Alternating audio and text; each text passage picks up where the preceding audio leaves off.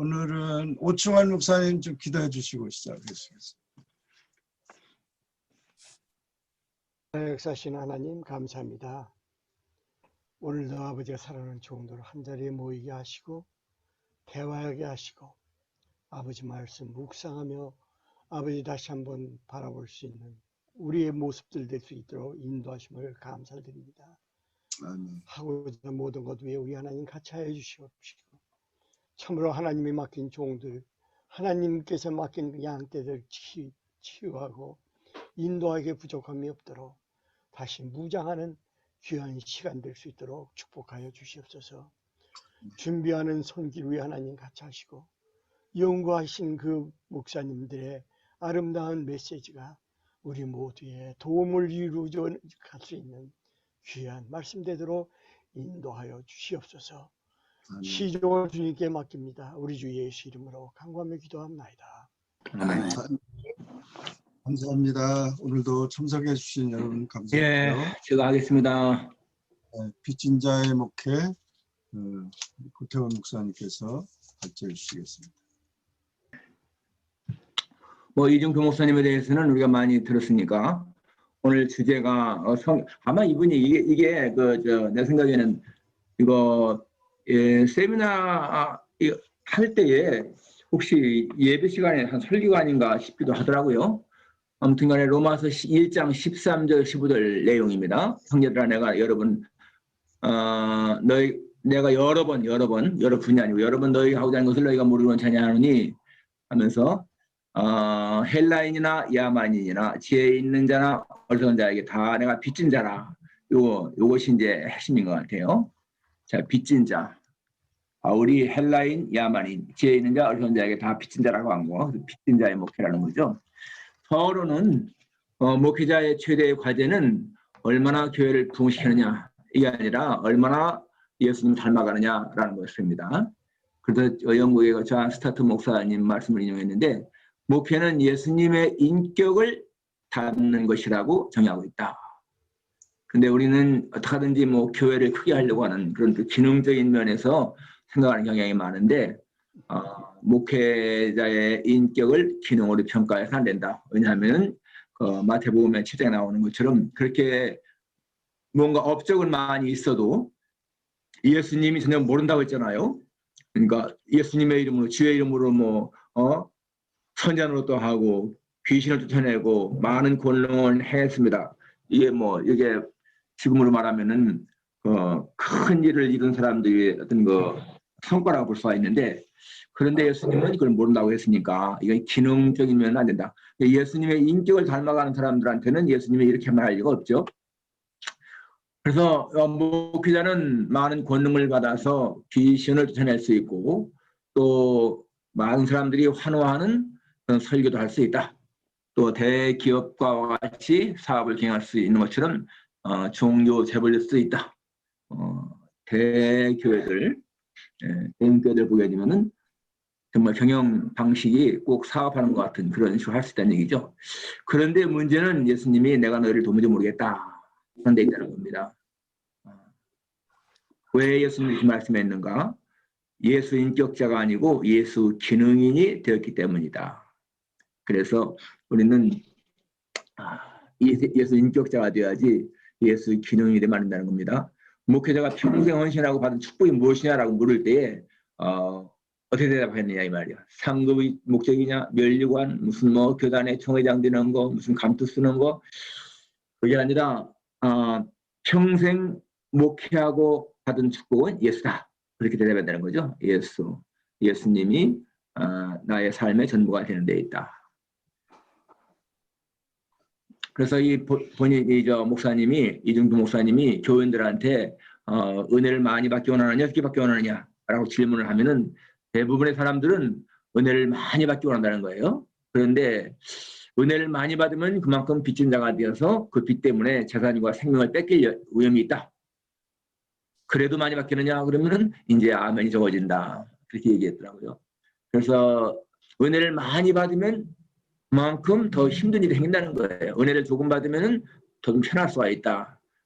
그래서 사람들이 은혜 받는 거에만 신경을 쓰는데 그것 때문에 이 기독교가 기복 종교라고 하는 비난을 들을 수가 있다는 거죠. 그래서 이 은혜를 공짜로 알기 때문에 결국엔 복음 변질되었다. 그래서 기독교가 타락해서 역사의 악을 가져왔던 것이다. 은혜를 빚으로 받아들일 때에는 역사 속에서 소금과 빛의 사명을 감당할 수가 있다. 우리는 은혜를 빚으로 받아들이는 참사입니다. 세 가지 말했는데요. 목회자는 하나님께 빚진 자, 그 다음에 교회에 빚진 자 두 번째, 세 번째는 모든 사람에게 빚진 자, 이렇게 세 개 나눴습니다. 첫째, 목회자는 하나님께 빚진 자. 그래서 은혜를 받는 높은 단계는 빚으로 받는 거라는 거죠. 그래서 소수의 사람들에게 큰 은혜를 받게 하시는데 이는 빚진 자임을 깨닫게 한다. 헬라인이나 야만인이나 지연자나 어려운 자에게 다 내가 빚진 자라. 이게 바로 사도 바울이 빚진 자의 심정으로 복음을 전했다. 복음을 살지 않고는 견딜 수 없는 뜨거운 사명감에 근거하고 있다. 사도 바울이 빚진 자라고 하는 것은 은혜 받은 자의 고백이다. 우리가 하나님께 빚진 자다. 그 말은 결국 하나님에게 은혜 받았다 하는 것을 말한다는 것이죠. 그래서 사실상 세상의 빚은 우리가 부담이 되지만은 하나님의 빚 역시 마찬가지로 부담스럽지만 차원은 다른 거라는 것을 알 수가 있습니다. 세상 근심은 뼈를 마르게 하지만은 우리가 하나님 안에서의 근심은 오히려 구원을 이루는 회개에 이르긴다고 했으니까. 그래서 이 은혜 받은 자의 고백, 은혜를 받아 겸손하고 행복해지는 것이 큰 축복이다. 우리는 목사로 또는 목자로 부름을 받았습니다. 우리가 여기까지 살아온 것이 하나님의 은혜요. 하나님의 말씀을 선포할 수 있다는 것은 특별한 은혜와 사랑을 받은 것이다. 사실은 목회자는 하나님에게 가장 많은 사랑받고 가장 많은 은혜를 받은 사람이라고 할 수가 있습니다. 자, 사도 바울은 자신이 받은 은혜가 감당할 수 없이 큰 것임을 알았다. 그는 자신이 만삭되지 못한 남자 같은 자라고 했습니다. 사도 중에 가장 부잘것없는 사람, 사실상 하나님의 교회를 그렇게 핍박했기 때문에 사도라 불릴 자격이 없다고 했잖아요. 그런데 내가 오늘의 내가 된 것은 하나님의 은혜다. 그래서 더 열심히 일했지만은 내가 한 것이 아니라 하나님이 하신 것이다 라고 고백했습니다. 고린도전서 15장 9절 10절에서 이런 고백을 했죠. 사도 바울이 그처럼 위대한 사도가 된 것은 하나님의 은혜를 알았기 때문이다. 바울은 은혜를 알고 살았습니다. 여기에 기쁨이 있고 감사가 있고 절대적인 충성이 가능했습니다. 마찬가지입니다. 우리 목사들도 하나님의 은혜를 충만히 느낄 때는 기쁨이 있고 감사가 있고 하나님 앞에 절대적인 충성을 할 수가 있죠. 바울은 디모데전서 1장 12, 15절에서 이렇게 말합니다. 우리 주께 내가 감사함은 나를 충성되이 여겨 내게 직분을 맡기심이니 내가 자는 해방자요 핍박자요 포용자였으나 그리고 긍휼을 입은 것은 내가 믿지 아니할 때에 알지 못하고 하나였습니다. 또 죄인 중에 내가 죄수다. 그래서 자기는 죽음과 삶 사이에 하나를 택하라면 차라리 죽어서 예수님에게 하는 것이 좋지만은 그러나 남아있는 것이 교회의 유익이기 때문에 세상에 남아있기 원한다. 이런 고백도 했습니다. 또 자족하기를 배웠다고 했죠. 비천에 처할 줄도 알고 풍부에 처할 줄도 알아. 모든 일에 배부림에 배고픔과 풍부와 공포에도 일체의 비기를 배웠다. 우리가 어떤 형편이든지 받은 은혜는 족한다는 것이다. 사실상 우리가 하나님의 은혜가 족하다는 것을 알면은 어떠한 경우 환경을 초월해서 만족하고 감사할 수 있는 삶을 살 수가 있는 것이 당연한 것입니다.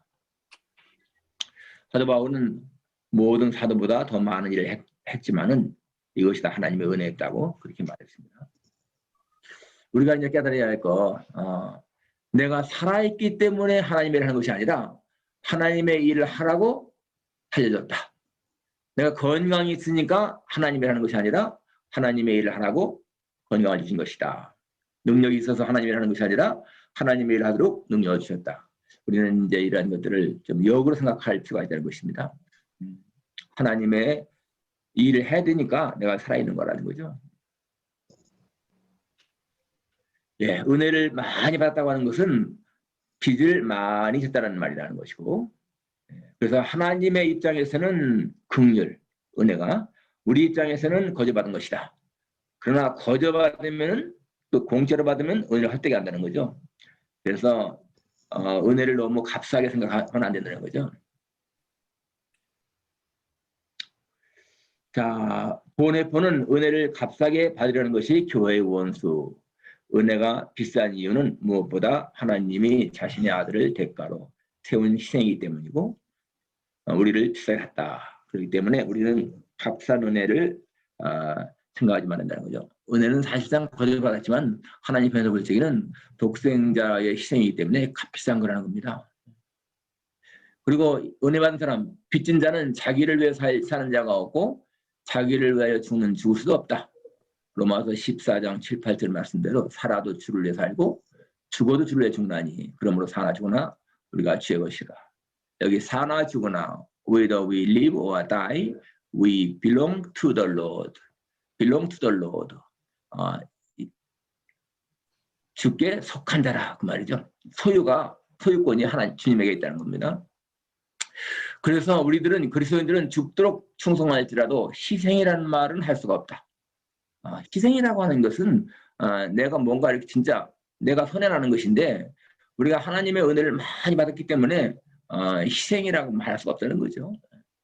그 이제 리빙스턴의 예를 썼는데 리빙스턴이 한 말 보게 되면은 어떻게 우리가 그 빚진 자인데 빚의 일부를 갚는 것에 불과한데 희생이라고 할 수 있느냐? 그렇습니다.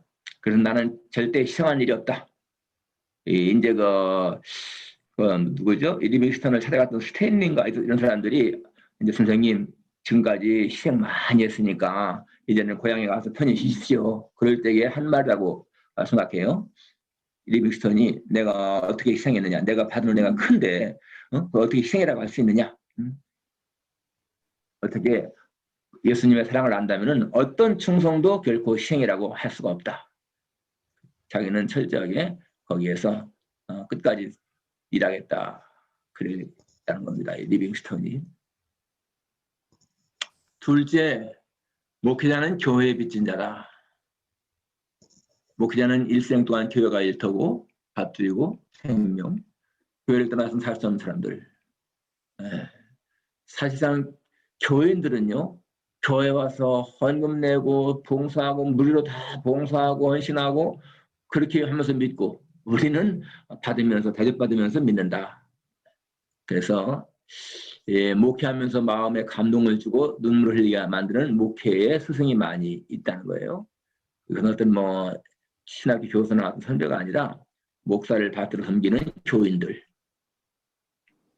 어떤 그 노인 권사님이 그 딸이 주는 용돈을 아끼면서 이 사모님에게 와서 이제 목사님에게 와서 사모님 나는 목사님에게 내 살을 깎아드려도 부족하지만은 이 적은 건 목사님에게 드립니다. 목사님 목마르실 때 잡수도록 하세요. 하면서 음료수를 사왔다는 거예요. 그걸 이제 그런 사연을 알면서 이 이준표 목사님은 정말 눈물로 하나님 앞에 감사했다. 그것은 그 단순한 음료수가 아니라 마리아의 옥합 향이요. 생각했다는 거죠. 또 때가 되면 양복을 해주는 교인, 연말이나 생일 되면 선물해주는 교인들 그걸 생각하면은 자기는 너무나 교회에 많은 빚을 지는 사람이다. 사실상 우리도 마찬가지죠. 우리도 교회에 빚을 많이 지고 있습니다. 이 둘째 교회에 빚진 자는 단순하게 하나로 끝나네요.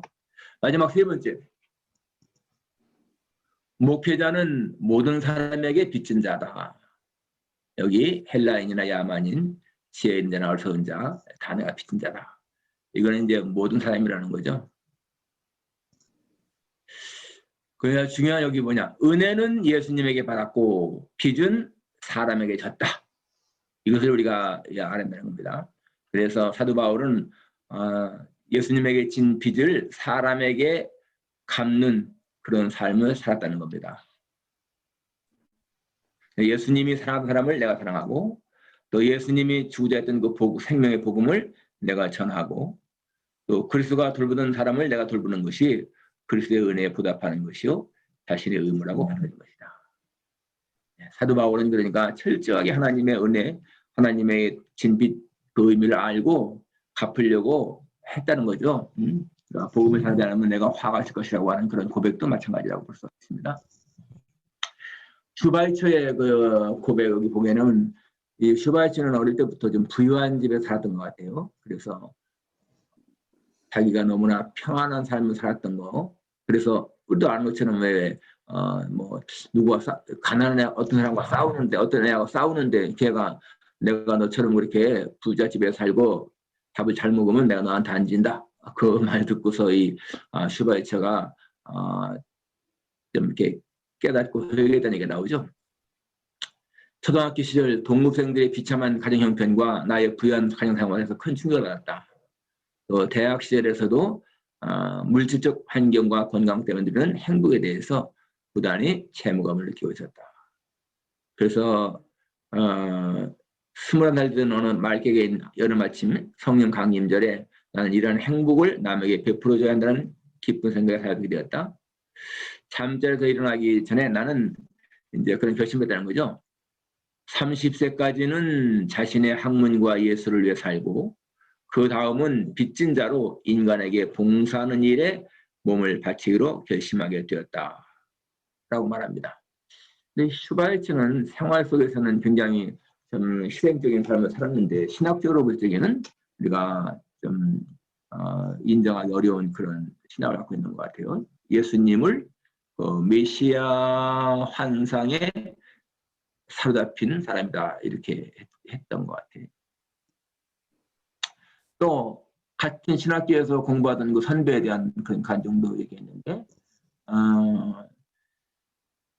이중표 목사님의 선배한 사람이 신학교를 4년 해야 할 걸 7년에 걸쳐서 공부를 마쳤는데 학비가 없으면 휴학하고 등록금을 벌면 공부를 해서 또 폐결약으로 고생도 하고 그래서 이제 이 사람이 하는 그 간증을 들었는데 옹진반도 황해도 중학교 2학년 때 월남하다가 풍랑할 만한 조난을 당했고 간신히 살아서 인천에 와서 고아원을 전전하며 살다가 겨우 신학교에 와서 공부했다. 지금은 살아있는 것이 전적인 하나님의 은혜다. 그래서 이제는 사는 것은 그 은혜로 알고 빚진 몸을 산다는 것입니다. 그러므로 자기는 신학교를 졸업하면 자기처럼 부모 없이 고아가 된 사람들과 외로이 살고 있는 형제들을 찾아 도와주면 살아야 한다고 했습니다. 그 부분은 그렇게 살아가는 것을 보았습니다. 이 특별한 사명 가진 사람들 보게 되면 다 체험이 있더라고요. 우리 지금 월드비전에서 이번에 돕기로 한 그 네팔에 선교하시는 이예신 선교사라는 분이 계시는데 그분도 지금 37년 동안 네팔에서 선교해요. 특히 이제 어린이들 애들 위해서 선교하는데 그분 그 간증 보게 되면은 암이 계속 발생했어요. 첫 번째 암 발생했다가 좀 이렇게 치료받고 두 번째 암 발생해서 치료받고 세 번째, 네 번째 지금 다섯 번째 다시 암이 재발했어요. 임파선암이에요. 임파선암. 그런데 지금도 그는 거기에서 선교하면서 그 아이들의 그 영양 부족 때문에 우리 미국에 영양제를 좀 보내달라고 신청을 해서 우리 올리브전에서 좀 돕기로 했는데 그런 놈들도 보게 되면은요 참 그렇게 정말 그 암으로 고생을 하면서도 떠나지 않고 거기서 죽을 때까지 하겠다고 그분이 잠깐 간증 보게 되면은 자기도 생각해봐도 남들 생각할 적에 야, 저 여자는 어쩜 이렇게 찔기냐 그렇게 할 것 같고 막 그런다는 거야. 그렇게 암을 갖고도 그렇게 살아가는 모습 참 너무나 애절합니다. 이분 지금 이 선배님도 이렇게 힘들게 살아냈기 때문에 남을 위해 살아가는 사람들인 거죠. 네. 자, 사도 바울 예수님의 큰 사랑을 받고 보니 이 사랑을 전하지 않고는 견딜 수 없는 심정으로 고백하죠. 내가 복음을 전하지 않으면 내게 화가 있을 것인데 내가 복음을 전할지라도 사랑할 것이 없으면 내가 부득불할 일입니다. 사실상 우리가 모두 이렇게 이러한 의식 가져야 할 것입니다. 복음을 전하지 않으면 화가 있을 것이다. 또 예수님 말씀 최후의 심판날 이렇게 구별하겠다고 말씀했죠. 줄일 때에, 목마를 때에, 나가 되었을 때에, 병들었을 때에, 오겠을 때에 너희가 이렇게 대접했다. 언제 했습니까? 바로 여기 형제 중에 지극히 작은 자 하나가 한 것이 곧 내게 한 것이다. 지극히 작은 자에게 하지 않으면 곧 내게 하지 않은 것이다. 그러니까 우리가 이 말씀을 생각하면은 내가 손을 뻗쳐서 닿을 수 있는 곳에 어려운 사람이 있으면 정말 자발적으로 도와야 할 그런 사명감이 있는 겁니다. 다 예수님은 우리에게 은혜를 베푸시고 승천하셨습니다. 그리고 지금은 하나님 보좌 우편에 계십니다. 네. 예수님은 나에게 받은 은혜를 내가 돌봐야 할 사람에게 갚아주라고 하셨습니다. 내가 갖고 있는 거, 그래서 우리는 줘야 된다. 내가 지금 복음을 갖고 있으면 복음을 알지 못하는 사람에게 빚진 자라는 거. 우리는 모든 사람에게 빚진 자다. 특히 우리 복음을 전해야 할 사람들은 이런 빚진 자 의식을 가져야 하는 것이죠. 사도 바울은 로마에 있는 형제들에게 빚진 자라고 고백했습니다. 바울은 복음이 믿는 자에게 주시는 하나님의 능력이요 최대의 은혜로 받았기에 이 은혜의 복음을 모든 사람에게 갚아야 할 빚진 자가 된 것입니다. 이 은혜의 복음 증거를 마치려면은 나의 생명을 조금도 귀한 것으로 여기지 아니하노라. 그런 고백을 했습니다. 우리가 그리스도에게 받은 은혜는 무엇인가? 복음이라면 이 복음은 필요한 사람에게 갚아야 할 빚이 된다. 예수님의 마음으로 오늘의 사회를 바라보자. 우리가 가진 것이 있다면 필요한 자에게 주어야 하며 그렇지 못할 때는 주님의 것을 도둑질하는 행위가 되는 것이다. 사도 바울은 왜 헬라인, 야만인, 지혜로운 자, 어리석은 자에게 빚진 자가 되었습니까? 그것은 복음이 모든 사람에게 구원의 능력임을 알았기 때문입니다. 이 복음을 쓰지 않으면 화가 맺힐 것 같은 두려움을 느끼는 것입니다. 그 큰 은혜를 밟고서 빚을 갚지 않고는 견딜 수 없었습니다. 예, 이 빚진 자의 심정, 바로 이게 바울이 복음을 전한 동기였던 것 같아요. 고부에서 간증할 때, 목회할 때 간증을 얘기했는데 이분이 이중 총사님은 고부에서 아마 첫 목회했던 것 같아요. 원래 이분이 부안 출생이죠, 부안. 하루는 신방 갔다가 밤에 돌아오면서 사는 데에서 무릎을 꿇고 이런 기도를 했다. 하나님, 이 고을 사람들이 다 구원받을 수 있다면 제 생명을 기쁨으로 바치겠습니다. 한 사람이 죽어서 많은 사람을 구원할 수 있다면 제가 죽는 것은 조금도 아까움이 마음에 없습니다. 승자가 되기 원합니다. 예, 그러한 젊었을 때에 아주 정말 혈기왕성할 때 예수님에 대한 사랑에 미쳤을 때죠. 그런 고백을 했는데 예수님이 마음에 이런 감동을 주더라는 거죠. 내가 너에게 묻는다. 한 사람을 위해 죽을 수 있느냐? 너의 교회에 나이 많은 한 권사 또는 뭐 한 평범한 사람을 위해 죽을 수 있느냐?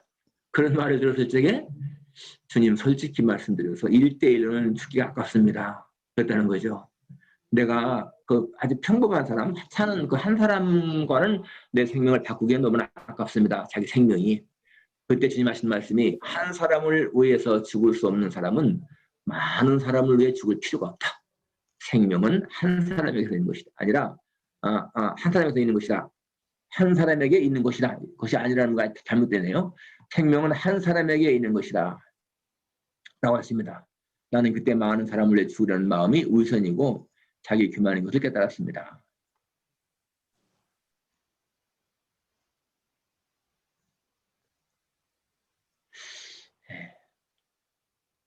내게 있는 모든 것은 내게 있는 모든 것을 구제하고 내 몸을 불사르게 내어줄지라도 사랑이 없으면 내게 아무 일이 없다. 이 말씀에 그렇게 깨달았다는 거죠.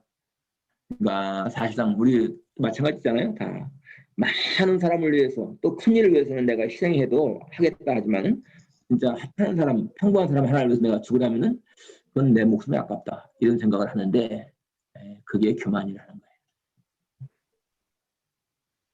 그래서 진정한 목회는 자기가 빚진 자임을 알게 될 때 시작되는 것이다. 은혜를 받은 자는 자기에게 있는 것을 알고 필요로 하는 자를 찾게 된다. 여기에서 그리스도의 사역이 시작되는 것이다. 그리스도의 은혜란 하나님의 그 큰 사랑에서 나오는 의무감에서 복음의 빚진 자임을 깨닫게 되는 것이다. 따라서 우리들은 은혜를 많이 받고 빚도 많이 진 자가 되어야 합니다. 십자가의 그 큰 사랑으로 빚진 자가 되어 복음에 미친 자가 되어야 합니다. 어차피 은혜를 산다면 은혜를 많이 받고 많은 빚을 지고 그 빚진 자의 심정으로 살아가십시다. 하나님께서는 사랑하는 자에게 은혜를 빚진 자로 만듭니다. 그리고 그 은혜 때문에 빚진 자로 살아봐 그의 재산, 재능, 시간, 생명까지 전부 빼앗아 가십니다. 예수님이 얼마나 여러분을 빼앗아 가셨습니까? 많이 빼앗긴 자는 은혜가 큰 자요, 큰 축복을 받은 자입니다. 이제 우리는 예수 그리스도를 미치도록 사랑하고 그에게 충성해야겠습니다. 결국 목회자의 최대 영광은 빚진 자가 되는 것이며 이 복음을 위해 소중한 생명까지 아낌없이 바치는 데 있습니다. 주님의 사랑 때문에 오늘 이 역사 속에 주저앉고는 견딜 수 없는 빚진 자가 되기를 바랍니다. 예, 다 된 것 같습니다. 우리 한번 하나님께 빚진 것을 열거해보자. 받은 은혜를 헤아려보자. 구원의 은혜라든지 목사님은 당연한 것이고요. 그 외의 것들. 또 교회에 빚진 것을 헤아려보자. 자신의 삶에 특별한 영향을 끼친 사람들을 말해보자. 현재 행하고 있는 피를 갚는 실천의 행동은 무엇인가. 나중에 하고. 자, 지금 고태걸 목사님께서 발제해 주신 빚진 자의 목회, 이진표 목사님 그냥 설교 스타일이 단순한 것 같은데요. 설교 스타일 같이. 네. 네, 그래서 잘 말씀해 주셨고요. 한번 뭐 느낀 점이나 같이 질문 같이 좀 나누고 또 이렇게 해보죠. 빚이라 하면은요, 보통 우리가 빚진 자라 할 때 빚은 물질적인 돈에 대한 빚을 짐을 말하잖아요. 대개 빚이라 할 때는. 그래서 성경에도 그 사렙다 가부가 빚이 많이 져가지고 지금 남의 집 종으로 갚을 능력이 없으니까 종으로 지금 팔려갈 입장에서 그때 엘리사에게 부탁해서 기름병을 채우는 그런 물질의 복을 받아서 그 빚을 다 갚고 가족을 부양했다. 성경에 그런 예도 있는데 우리가 이 목사님이 얘기한 거는 되게 그 영적인 빚, 하나님에 대해서 뭐 교회에 대해서 모든 사람이 영적의 빚 혹은 뭐 구속의 은혜에 대한 그런 빚만을 얘기하고 우리가 물질의 빚에 대해서는 얘기를 전혀 안 한 것 같아요. 물질적으로 우리가 얼마나 많은 사실 빚을 지고 살아가는가. 나올 때는 사람들이 뭐 다 알몸으로 그냥 빈손 들고 오잖아요. 그 갈 때도 물론 빈손으로 가는데 세상에 사는 동안에 우리가 일용할 양식이 필요하고 하니까 물질적으로 우리가 필요한 건데 그런 것 때문에 우리가 도움을 받았을 때에 그게 빚이죠. 목회자가 목회하면서 물질에 어려움이 없도록 도와주는 사람이 있으면 그 물질의 빚인데 그런 거는 사실 우리가 물질의 빚을 갚기보다 목사가 월급 타가지고 빚을 갚기는 힘들고 우리는 그 물질의 빚을 복음의 그 은혜를 끼침으로 복음을 전달함으로 영적으로 어떻게 보면 우리는 갚는 것이다. 그런 것인데 여기 이 목사님은 물질의 빚진 것에 대해서는 얘기를 별로 안 하는 것 같아요. 하나님에 대한 빚, 은혜에 대한 빚, 뭐 그런 거, 교회에 대한 그런데 구체적으로 이제 물질의 빚을 우리가 얼마 졌는데 누구한테 내가 물질이 없어서 이렇게 어려울 때에 어떤 신도관에게 물질을 채워줬는데 고참 빚인데 이걸 어떻게 갚을까? 그런 구체적인 예가 있었으면 더 좋을 것 같았어요. 신목사님은 내가 가만히 보니까 항상 그 어떤 거 부족한 거를 지적해서 뭐 좋은 데 있는데 한 사람이 뭔가를 이렇게 발표할 적은요 모든 사람을 만족시킬 만한 그런 건 없는 것 같아. 다 자기의 어떤 그 단계 내에서 전하니까 그런 건 우리가 그냥 이해하고 넘어가는 게 좋을 것 같아. 물론 이해는 다 하죠. 이해는 다 하는데 그런 거 조금 첨가를 그것까지 다 충족시킬 만한 사람은 없다는 얘기지. 그렇지. 모든 사람을 다 충족시킬 만한 것은 없다는 얘기야. 그리고 사실 우리가 여기서 지금 빚진 자 목회라고 할 때에는 물질적인 빚을까지 얘기할 그런 거 시간적으로도 아마 안 될 거예요. 이것만 해도 사실상 뭐 시간이 뭐 할 텐데.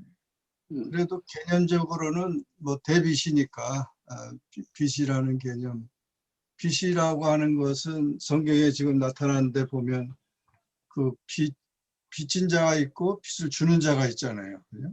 이제 주는 자는 주인이라는 표현을 했고 이제 빚진 자는 종이라는 표현을 했으니까 지금 사도 바울이 내게 빚진 자다라는 얘기를 이제 설교식으로 한 것이니까 사실은 자기가 하나님의 종이다. 하나님께 빚지었으니까 하나님의 종이고 또 교회에 그 충성된 사자로서 교회의 빚진 자다. 또 모든 사람에게는 복음의 빚진 자라는 얘기니까 복음의 그런 정말 내 목숨을 다해서 복음을 전할 수 있도록 그런 이제 빚의 개념은 그냥 가지고 있으면서 그런 영적인 면을 다룬 것 같습니다. 네. 그러니까 내가 건강하다면은 병든 사람에게 내가 빚진 자다. 이거 중요한 말이에요. 내가 조금 더 남보다 많이 가졌더라면 나보다 덜 가진 사람에게 내가 빚진 자다. 그렇죠. 그런 개념 전부 다. 이거 사실상 굉장히 중요한 것 같아요. 그래서 내가 배고파서 밥을 먹으면 그런 육신적인 거지만 내가 먹는 거를 다른 사람에게 나눠주면 그거는 주는 거는 영적인 가치가 있다는 거죠. 그러니까 그런 이제 육신적인 것과 영적인 것을 이제 좀 이렇게 연결을 해봐요. 한번 제가 아까 그 나눔 시간 그거 얘기한 거 그 네 가지 한번 좀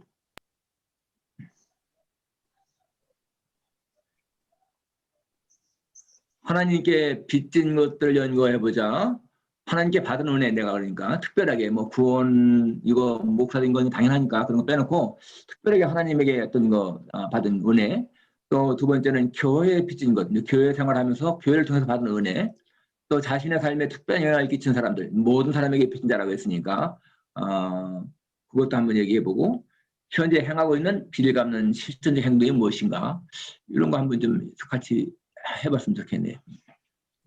하나님에게 받은 은혜 물론 뭐 이거 구원 뭐 목사된 거는 당연한 것이고요. 그 기타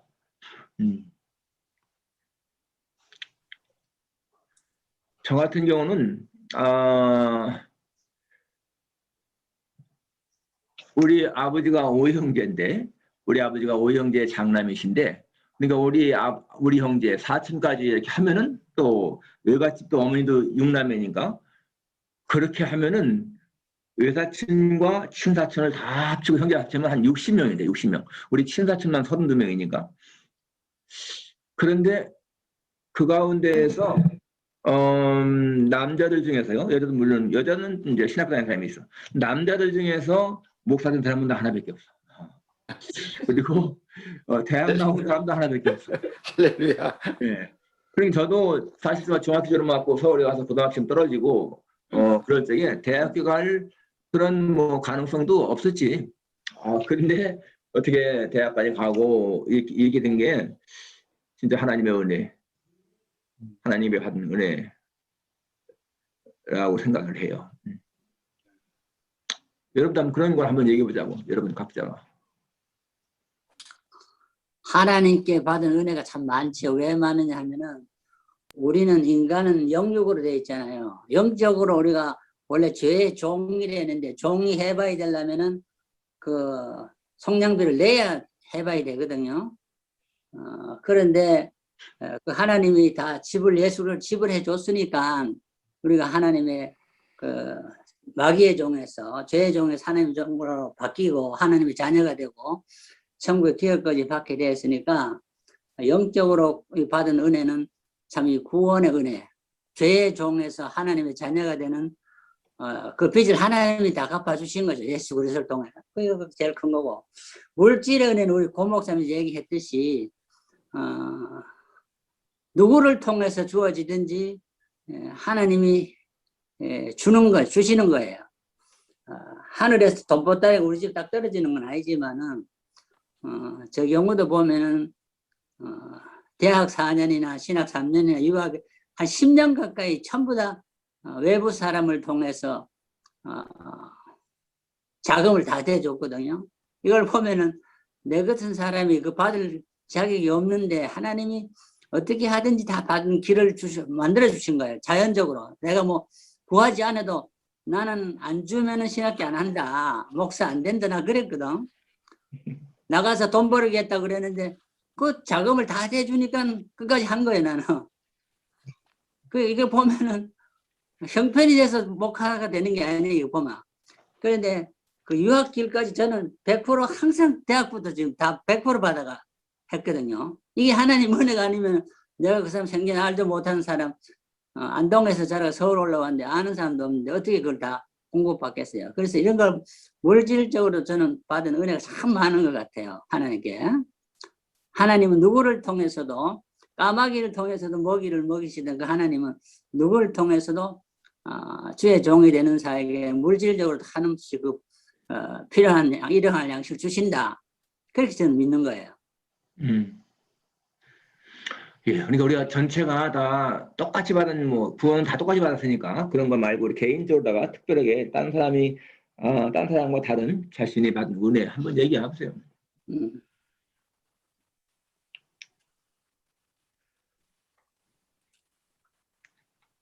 저도 필라델피아에 와가지고 그전에도 한번 말씀드렸을 거야. 한번 필라델피아에 와가 아무도 알지 못하는데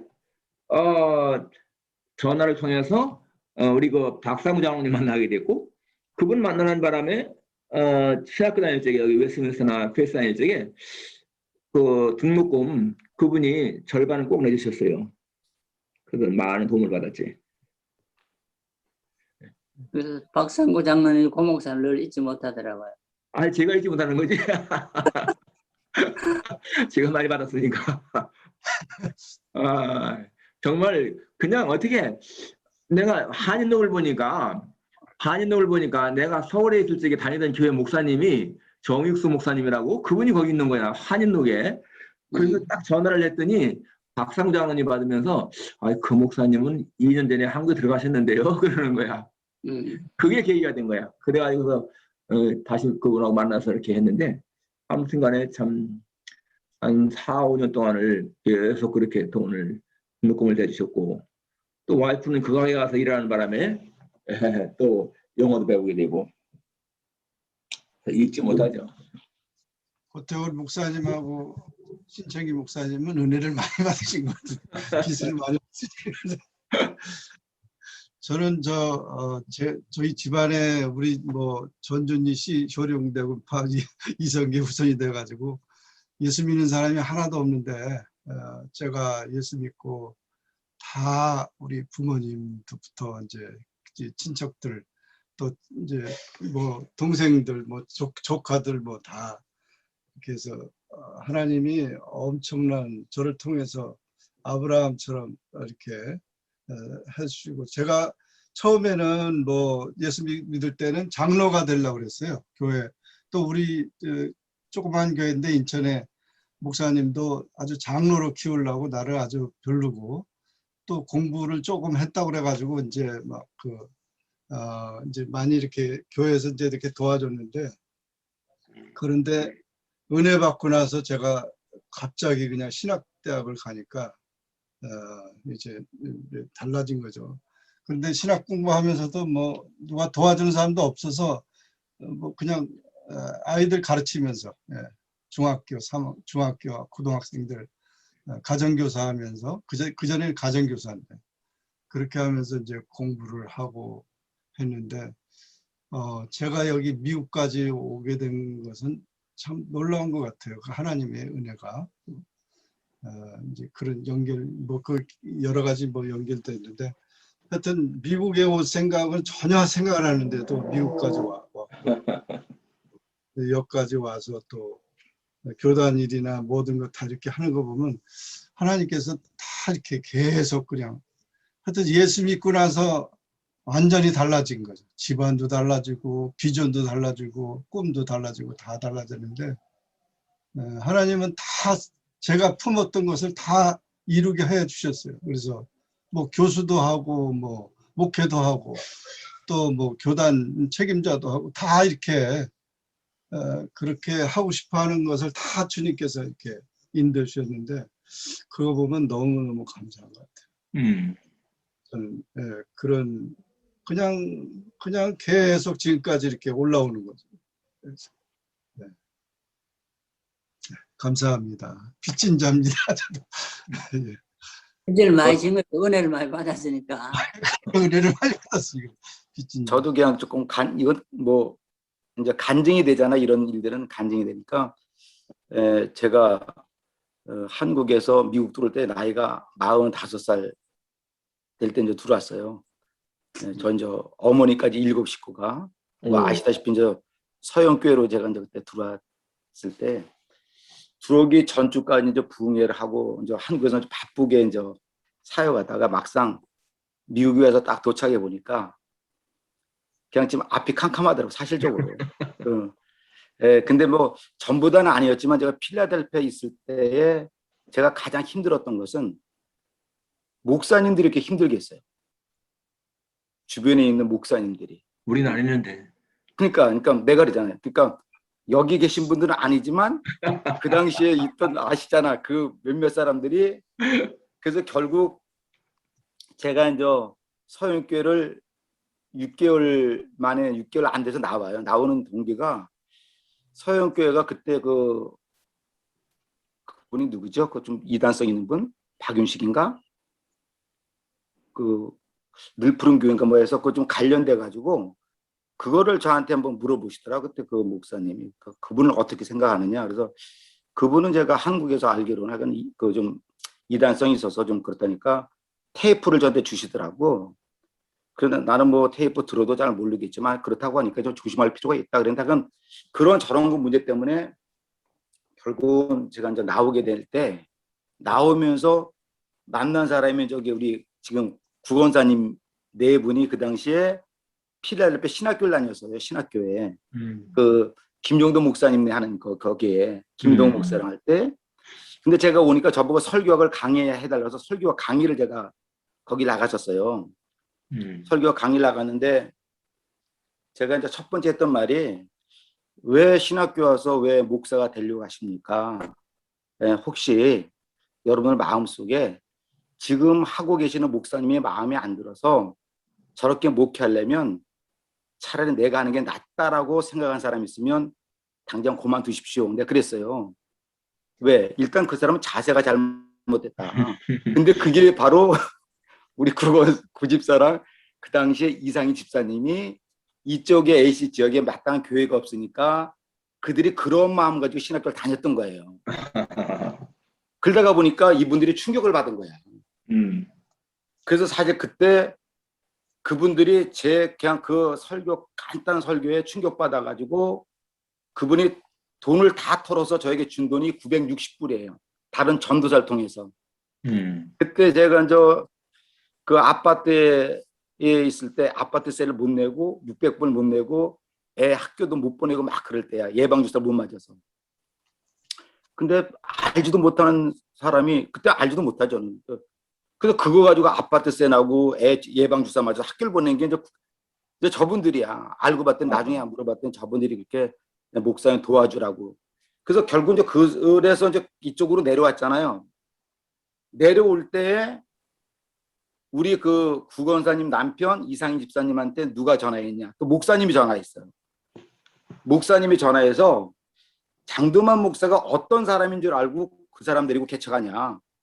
그 사람 한국에서 큰 범죄하고 도망 나온 사람이다. 우리 그 이상희 집사님 구건사 남편한테 그렇게 전화한 거예요. 근데 제가 왜 이 말하냐면 그런 많은 사람들이 그래요? 한번 그거 조사해 봐야 되겠네요. 이게 보통이에요, 보통. 그렇잖아요. 그렇죠. 그런데 제가 왜 하나님의 은혜를 내가 이제 간증하는 건데 하나님의 은혜 가운데 우리 이상희 집사님의 마음속에 그런 마음을 준 게 아니라 오히려 전한 목사님에게 목사님 맞으세요? 이렇게 물어보는 거예요. 그러니까 아니 내가 그런 목사님이니까 어떻게 목사님이 남의 허물을 덮어야지 남의 허를 들추십니까? 그러면서 장두만 목사님의 과거에 어떻게 하면 나와 아무 상관없다. 지금 내가 그분도 잘못해서 회개했을 거 아니냐. 그리고 내가 지금 은혜 받으니까 나한테 두 번 다시 이런 전화 하지 마십시오. 이게 하나님의 은혜 아니겠어요? 하나님의 은혜네. 전 그 얘기예요. 그러고 나서 더 놀라운 게 뭐냐면 두 분이 니네들이 우리가 모시고 온 장목사를 핍박해? 이렇게 된 거예요. 이분들 마음속에. 그래서 여보 우리가 모시는 목사는 집 사줍시다. 그래서 오히려 그 핍박이 변해서 우리를 그 당시에 16만 8천 불 주고 새 집을 사준 거예요. 그게 진짜 하나님의 은혜잖아요. 나는 맞아요. 미국 땅에서 영어 한마디 못하고 올 때 갈 데 없고 식구 많아서 그런데 저는 이게 간증이에요. 그러면서 그 집을 사줘 놓고서 우리는 너무 이거 부담스럽다니까 목사님 그때 우리 돌아가신 이상희 집사님 하신 얘기 했어요. 목사님을 위해서 사드리는 거 아닙니다. 진짜 새 집을 줬으니까. 그래서 그분이 하시는 말씀이 주의 종이 집안이 편안하고 잠자리가 편해야 좋은 설교할 수 있으니까 좋은 설교 듣기 위해서 사줍니다. 그렇게 된 거예요. 그러니까 난 그 집이 부담이야. 왜? 좋은 설교 해야 되니까. 빚이야, 빚. 빛이 이제 그 얘기를 하는 거예요. 그러다가 보니까 설교는 난 모르겠지만 하나님 은혜 가운데 기도하고 뭐 우리 뭐 설교도 하지만 원고가 없이 올라가도 더 역사하고 어떻게 보면 진짜 그게 하나님의 다 빛이야. 저에겐 빛이에요. 그렇지. 그러고 나서 이제 거기 앉아서 두런두런 얘기하다 처음 왔을 때 그래 목회 미국 교회 빌려서 목회하면서 집사님 4번 아침에도 구원사라 그런 얘기했지만 처음에 이상희 집사님 그러더라고. 목사님 목회 계획이 앞으로 어떤 비전을 갖고 있습니까?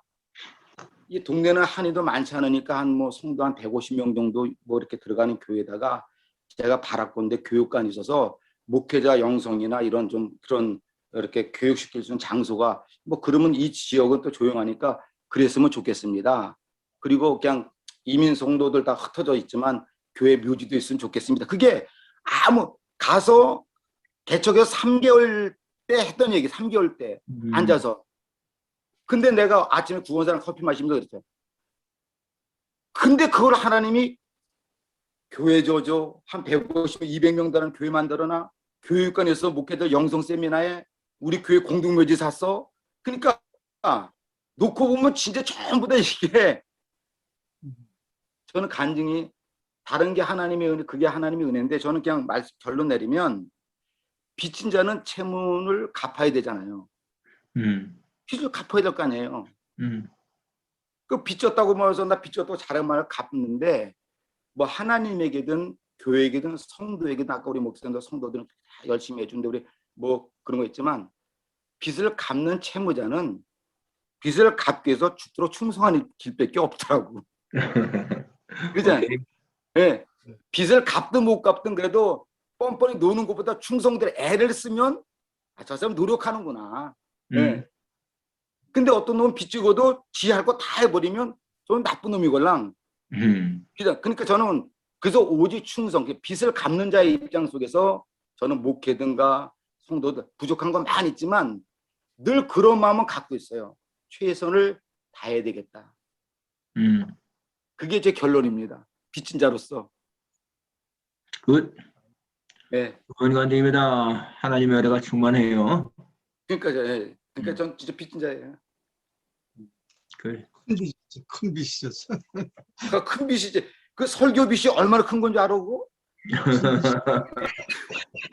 자, 말씀하신 분도 하세요. 우리 박진평 목사님, 오충환 목사님. 예. 오늘 아침에 제가 그 주일 아니 그 새벽기도 말씀으로 고린도전서 4장 11절에서 16절 말씀을 전했습니다. 거기를 보면 바울이 그런 얘기를 해요. 내가 너희를 복음으로 낳았다. 근데 그 앞에 무슨 얘기를 하느냐면 바울이 그 돌에 맞고 한 그런 얘기들을 합니다. 돌에 맞은 얘기는 안 합니다만 핍박받은 이야기, 그 저주받은 이야기. 근데 그걸 전부 뭐라고 얘기를 하냐면 저주를 받았을 때 내가 그들을 축복하고 궁핍을 당했을 때 내가 참고 이런 얘기를 하거든요. 그러면서 교인들에게 뭘 얘기를 하냐면 너희가 나를 닮으라고 이렇게 얘기를 합니다. 근데 제가 그걸 오늘 이렇게 말씀을 묵상을 하면서 이게 복음이지 않냐. 그뒤에 고 목사님이 은혜를 많이 받았는데 나중에 거기서 네가 뭘 갚아야 된다고 얘기를 하면 도망가는 사람이 많다 이런 얘기를 하셨는데 그게 사실은 우리 그 약한 인간들이 갖고 있는 공통점이라고 생각이 됩니다. 그런데 바울은 스데반을 돌로 쳐본 적도 있는 사람이고 자기가 돌에 맞아 본 적도 있는 사람이거든요. 율법에 매여서 하나님의 은혜를 갚으려고 애를 썼던 것이 오히려 하나님을 믿는 사람들을 핍박하는 결과를 낳았죠. 그리고 나중에 그 사람이 그리스도 예수를 만나고 난 뒤로는 이제 돌에 맞았을 때도 아마 제게 느낌은 그렇습니다. 빚 갚는 심정이었지 않았을까 하는 생각이 들거든요. 그리고 그걸 조금 더 고깝게 여기거나 잘못된 것이라고 생각하기보다는 모든 사람이 사실은 마귀의 종노릇하고 있으니까 거기서 건져내는 길은 복음밖에 없다. 그리고 내가 그렇게 마귀의 종노릇하지 않았냐 하는 그런 심정으로 이 얘기를 자기가 만나는 모든 사람에게 했을 뿐만 아니라 그 결론이 그렇습니다. 그 갈라디아 4장 19절인가에 보면 내가 그리스도 예수가 너희 속에 형상으로 이루어질 때까지 해산하는 수고를 계속한다.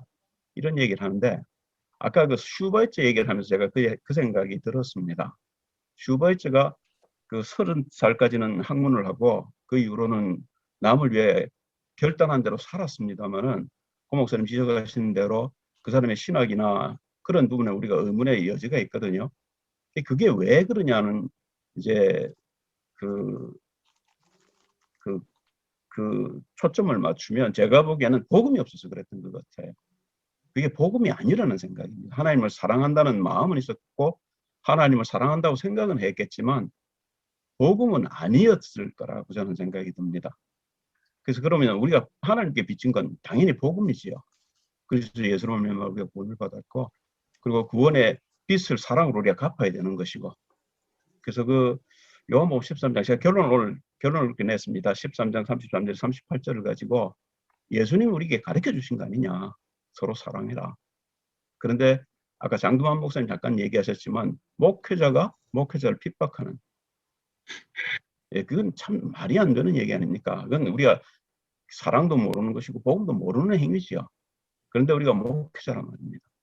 그죠? 그런 부분에서 우리가 우리 자신들을 좀 되돌아봐야 되지 않을까 하는 생각이 들고요. 예.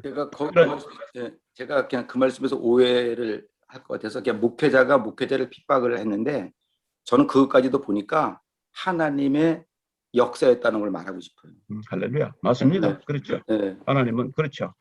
하나님이 그렇게 그분들을 쓰셔서 장 네. 목사님이 오늘 있게 하신 오히려 거죠. 그렇게 해서 저의 올 때 갈 데 없는 저에게 집을 줄 수 있는 계기가 됐으니까 오히려 핍박했던 그분들에게 저는 지금 고맙게 생각합니다.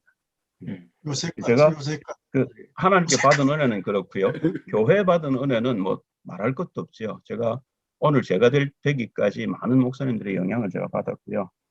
그리고 특별한 영향을 받은 목사님이 또 계셔요. 그런데 제가 뭐 그 얘기는 하기가 좀 어려운 것이 다들 뭐 이단이라고 그러니까 제가 아까 박유식 목사님 얘기 잠깐 했습니다만 저는 그렇게 생각지 않는데 많은 분들이 틀렸다고 생각하니까 제가 그 얘기는 안 하고요. 그리고 제가 빚을 갚는 행위입니다. 그거에 제가 복음을 전하려고 애를 쓰는 것이고 그리고 제가 그 나름대로 그 페이스북에다가 10개국 언어로 제가 말씀을 번역해서 매일 올립니다. 그걸 제가 지금 거의 한 3년 한 것 같아요. 처음은 한국말로만 했었는데 그다음에 이제 영어를 보태고요. 그러다가 제가 10개국어로 지금 번역을 해서 매일 올립니다. 그게 제가 하나님께 빚을 갚는 행위라고 저는 생각합니다. 이상입니다. 네, 아까 목사님 이단성이 있는 사람들에 대해서 이제 나는 그렇게 생각하지 않는데 다른 사람들이 말하니까 말하지 않겠다라고 하셨는데 모든 이단들은요 다 어떤 매력이 있어요. 그런 게 따라가는 거야. 근데 분명히 잘못했거든. 근데 우리가 생각할 적에 왜 저 사람은 내가 볼 적엔 문제가 없는데 다른 사람은 다 나쁘다고 말할까? 그거는요 한번 생각해 봐야 돼요.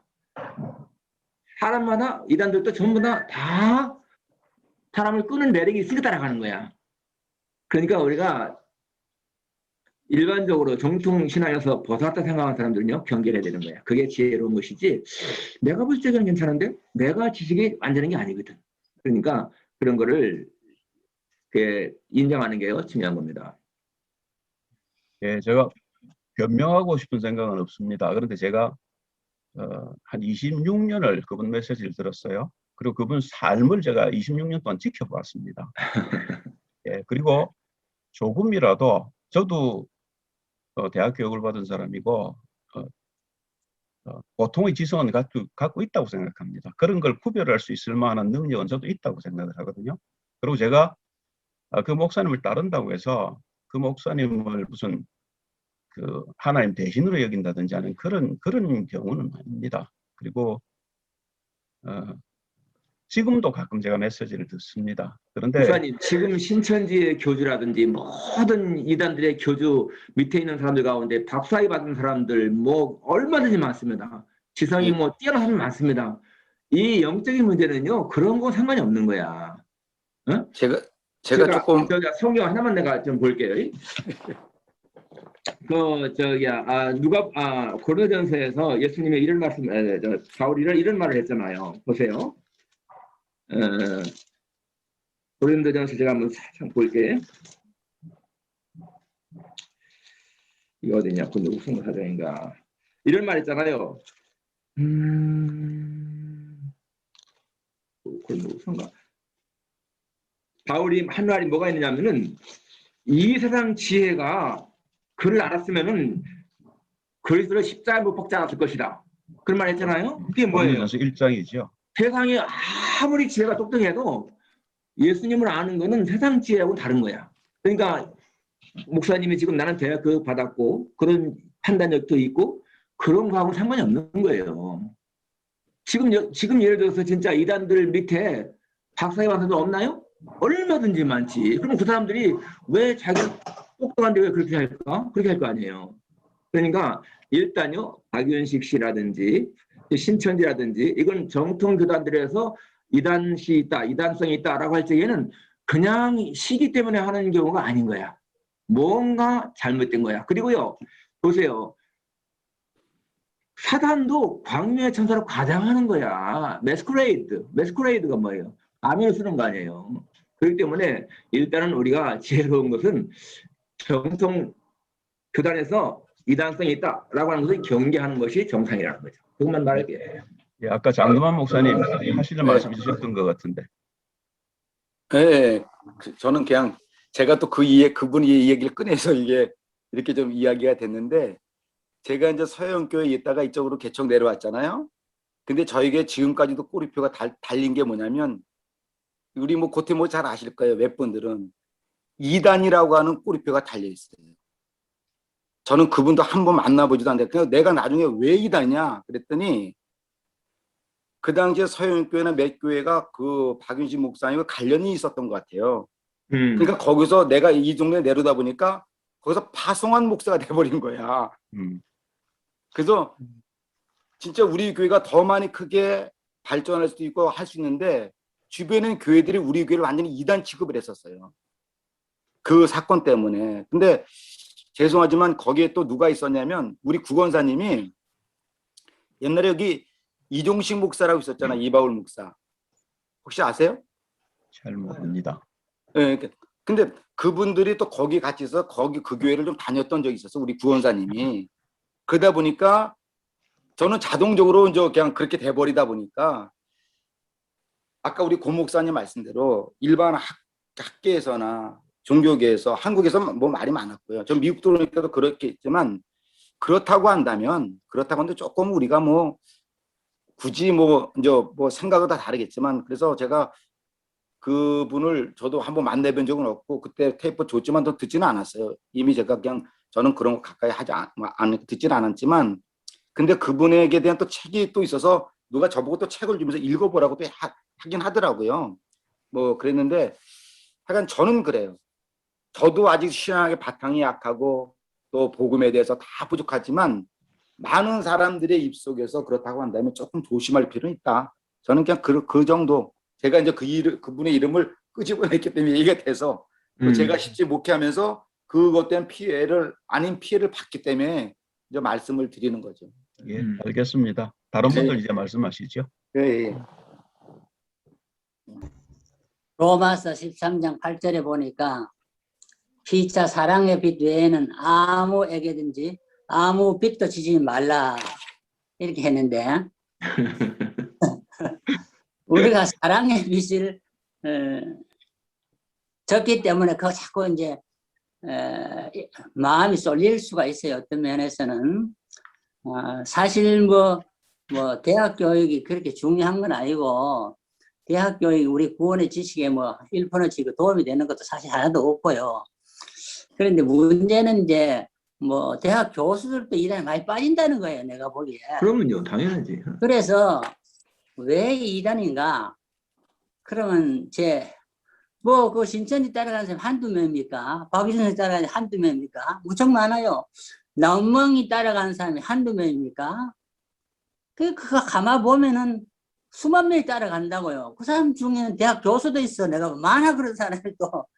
그래서 나는 가끔 그래요. 저 사람이 대학 교수까지 되면 저거 2단 구별, 그렇지. 영적으로는 내가 보면은 2단이라는 것은 아무리 대학 교수가 돼도 분별을 못 하는 거예요, 이게.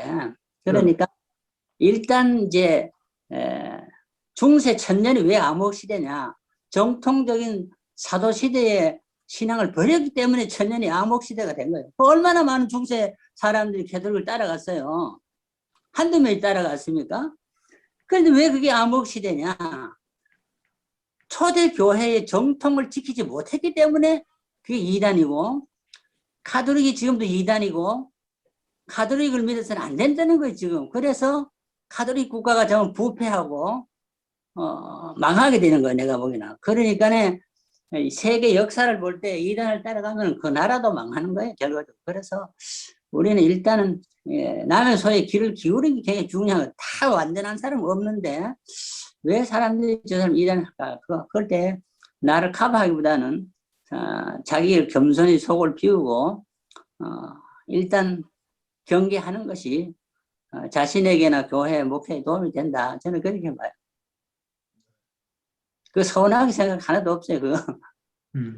그럼 김정일 목사님 말씀해 주시죠.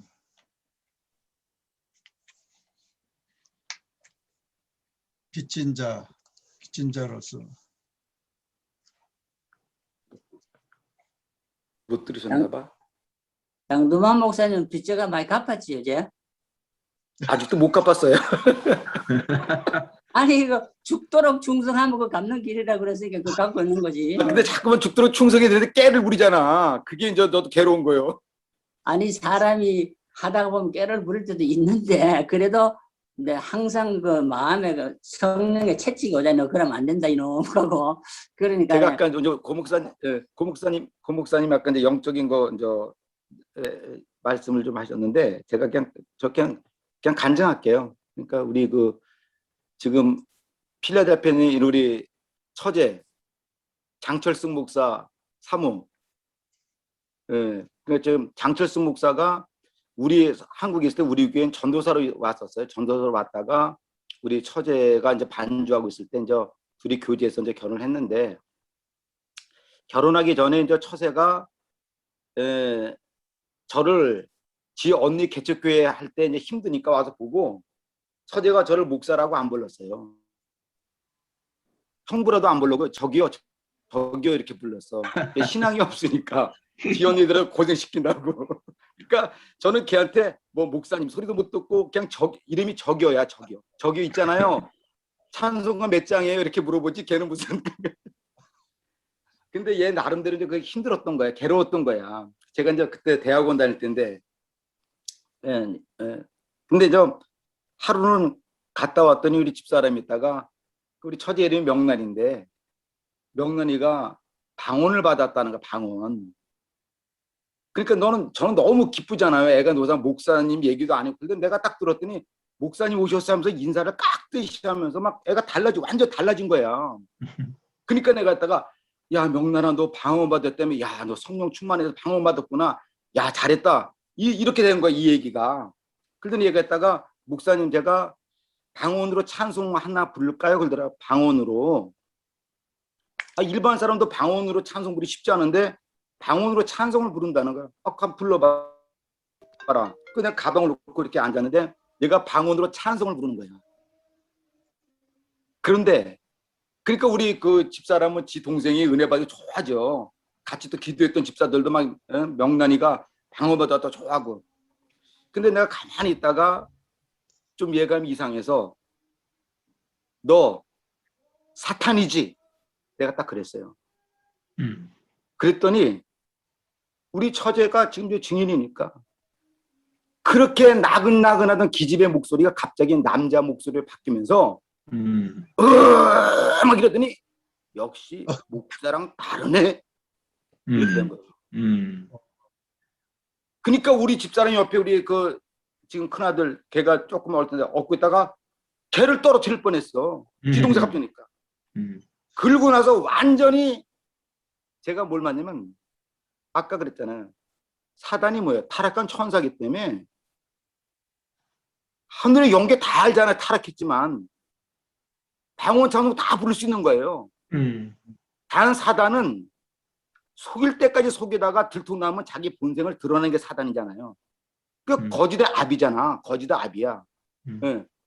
저는 이제 영적인 체험을 말하는 거예요. 그러다 보니까 저도 당황돼서 말해놓고서 저도 놀래버려. 갑자기 기지개가 막 그러면 남자 목소리 내니까 그러더니 얼굴 이런데 갑자기 엑소시트 우리 영화 봤지만 막 속에서 뭐 손으로 뭘 밀어내. 막 얼굴에 누가 이 손에서 주먹으로 얼굴 밀어 막 틀어지는 거야. 그래서 손을 대고 제가 막 기도를 했어요. 기도했더니 또 다른 부위로 돌아다니고 이게 온 동네에 소문 다 났어요. 양주교회 목사 처제 귀신 들렸다. 야, 교회 가면 귀신도 쫓아낸다는데 목사 처제가 귀신 그게 누가 가냐? 생각을 해봐. 그러니까 설교 가운데 예수 믿으면 귀신 이게 내가 못하는 거야. 왜 내 처제가 귀신 들렸는데? 그럼 들렸으면 내가 쫓아내야 되잖아. 못 쫓아내는 걸? 제가요, 진짜 저는 그런 간증을 해요. 저는 신학을 늦게 했지만 하나님이 그런 체험적인 기능을 많이 줬어요. 왜? 그렇지 않으면 못 믿으니까. 네, 그래서 제가 진짜 우리 처제 때문에 눈물도 많이 흘렸고, 그러니까 동네 나가게 창피한 거야. 그러니까 이제 우리 처제가 얼마 성도가 한 50명 되는데 얘가 이래요. 이게 귀신 들린 거야. 귀신 들리는데 예수의 이름을 명하노니 내 다리에 바닥에 붙어라 그러면 온갖 집사들이 그 다리를 못 뜯어내는 거야. 이게 예배당에서 일어나는 일이에요. 그러니까 그걸 뭐로 증명할 거냐네. 지가 그래. 예수의 이름 명하니 내 다리에 바닥에 붙어라 그러면 그걸 못 뜯어내는 거야. 그리고 지가 말해. 예수의 이름 명하니 다리가 떨어지면 지가 걸어다니는 거야. 근데 남자들이 그 다리를 못 뜯어내. 그러니까 이건 예배를 온 게 아니라 걔 다리 구경하려고 오는 거야, 일단. 이게 사단의 역사. 그런데 제가 이제 왜 이 말씀을 드리냐면, 그래서 저도 고민하고 기도를 많이 했는데, 하루는 기도하는데, 하나님께서 너에게는 능력을 다 줬다는 거예요. 그럼 줬으면 하나님, 내가 안수하면 제가 귀신 도망가야 되잖아요. 이제 그랬더니 하나님이 내 마음속에 준 말씀은 난 너에게 능력 다 줬지만 네가 나를 나타내고 네 자신을 나타내려고 하기 때문에 역사가 안 일어난다는 거예요. 근데 그 말 가만히 곱씹어 보면 맞아요. 성도들 앞에서 개부자고 기도해요. 예수 혼자 기도해. 얘가 귀신만 떠나가면 동네 소문나는 거야. 이거 진짜 대박 나는 거야, 세상 말로. 근데 어떻게 되냐면 어느 날 수요일 날인데 비가 부실부실하고 굉장히 날씨가 안 좋고 시산한데 승보원교회 여의도 가던 사람이 여의도 못 가고 강림교회 가던 권사님이 강림교회 못 가고 날씨가 안 좋으니까 인근 동네에 있는 조그만 우리 교회로 다 온 거예요. 그분들이 수요일 날 예배에. 그래서 다른 날보다 수요 예배가 많이 와서 사람들이 비가 부실부실 오는데, 그런데 제가 설교를 백부장 설교를 했어. 그날 잃어버리지 않아. 근데 설교하는데 갑자기 얘가 설교 가운데 벌떡 일어나더니 하는 말이 말씀에 거미 찔러서 아프잖아 이러는 거예요. 그러니까 갑자기 그러니까 사람들 다 구경하게 된 거예요. 그러니까 저 설교 가운데 제가 일어나서 다른 말 하지 않고 걔가 막 소리 지르니까 예수의 이름으로 명하니 악한 사단을 물러갈 지어다 하면서 제가 안수한 게 아니라 거기서 선포를 해버렸어요. 그랬더니 우리 처제가 소광대상 가운데 숨어버리는 거야. 그 감경을 거기에 모였던 성도가 다 봤잖아. 그리고 얘가 실신해서 그 다음에 설교 다 마치고 예배 마쳤는데 애가 툭툭 하고 일하는데 그 시로 귀신이 나가버렸어. 저는 안수도 못했고 그냥 그렇게 해버렸는데, 근데 중요한 거는 우리 성도가 본 게 아니라 외부에서 왔던 성도들이 봤잖아요. 그러니까 여의도 순복음교회 집사님들이 저 양지교회 가면 귀신 나간다고 그분들이 전도해주고, 제가 그 길로 해서 강림교회 김선도 목사, 아주 진짜 오른팔 같이 있고 조병호 목사가 잘 알아요. 그 권사인데 김성당 원사님, 그 딸이 귀신 들리는데 그분이 우리 교회 와서 이제 귀신 나가게 됐고, 그러면서 거기에 교회 각원물을 짓게 됩니다. 그 사건을 통해서. 근데 놓고 보면 우리 처제가 귀신 들리고 뭐와 다 한 것도 하나님이 당신의 교회를 세우기 위한 계획이었고, 또 한 가지는 아까 이단 아까 얘기하다가 그래놨지만 사단도요 찬송가 다 부르고요, 사단도요 성경 다 외우고요, 사단도요 방언 찬양하고요, 사단도 예수 이름으로 자기들을 붙게 만들고요. 전 그걸 봤다는 거예요. 그러니까 우리가 잘못하면 이게 진짜 영계 미혹당할 일이 한두 가지가 아니에요. 그래서 우리가 진짜 목회자이지만 많은 사람이 좀 그렇다고 한다면 한번 되짚어보고 조심할 필요는, 저는 체험적으로 그걸 느꼈기 때문에 저도 깜빡 속았는데요. 앞에서 방언으로 찬양, 근데 제가 그래도 영적으로 계속 기도하다 보니까 너 사단이지, 그러니까 걔 입에서 나온 말이 역시 목사라 다르군, 이 말 터뜨리더라고요. 제가 간증하는 거예요. 그래서 저는 그런 체험적이 있어. 근데 걔가 결국 우리 전도사 만나서 목사 사모돼서 지금 필라델피아 와서 제가 제 부흥회 가면 걔가 반주하러 다녔걸랑 제 옆에서 은혜 받고 그랬다가 이제 그렇게 돼가지고서 그 간증입니다. 그래서 영이라 다 믿으면 안 된다는 거. 그럼 네. 예, 또 말씀하실 분 있어요? 네. 그래서 우리는요 이 귀신 때문에 오히려 영적인 세계를 더 확신할 수 있는 거야. 그렇죠. 맞아. 네. 저도 귀신 들린 사람 한국에서 한 사람, 여기서 2번 만나고 쫓아온 적이 있는데요. 진짜 귀신 들린 사람은 아주 교묘하게 속이고요. 속이죠. 그럽니다. 근데 결국은 정말 예수님의 이름 앞에는 다 굴복하게 돼 있어. 박윤식 목사님 아까 그 얘기가 나왔는데, 예를 들면은 그분 얘기, 저도 책을 조금 많이 봤는데 90%가 다 옳고 100%가 뭐 99%가 옳은지도 몰라.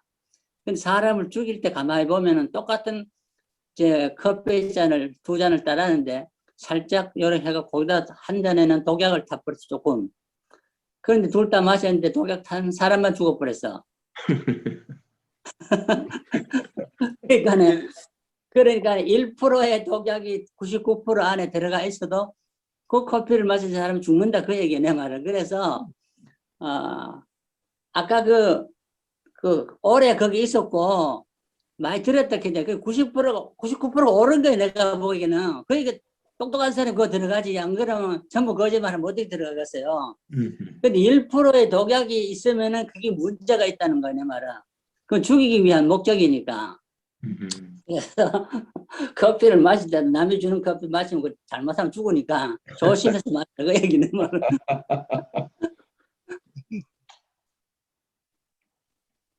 사모님이 주시는 커피도 잘 자서야 돼요. 산모도 저 신랑 죽이려면 그렇게 하는 거예요. 2장 따라 놓고 하나는 거기다 독약을 타는 거예요. 그 조금씩 먹여가 죽이는 거예요, 결국. 그러니까네. 옛날에 그랬잖아요. 어떤 여자가.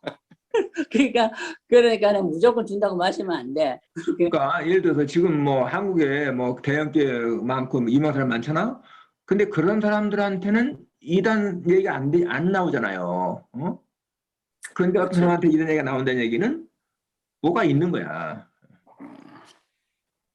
하나님 아버지 감사합니다. 오늘도 저희들에게 또 줌을 통해서도 저희들이 함께 하나님의 말씀을 상고할 수 있게 해주시며 여러 가지로 목회에 저희들의 맞닥뜨릴 여러 가지 문제에 대해서 서로 나눌 수 있게 해주셨습니다. 원하옵기는 이 필라델피아 지역에 우리 하나님의 은혜가 더욱더 넘치게 하여 주시고, 코로나 사태로 인해서 각 지교회들이 어려움을 당하고 목사님들이 참 어려워하고 있는 이때에 주께서 특별한 은혜를 더욱더 갑절로 내려 주시옵기만을 원합니다. 사랑하는 종들과 종들의 가정을 건강을 지켜주시고 또한 교회 안에 있는 모든 성도들에게도 영권의 강건함이 있게 하여 주시옵소서. 목사님, 네.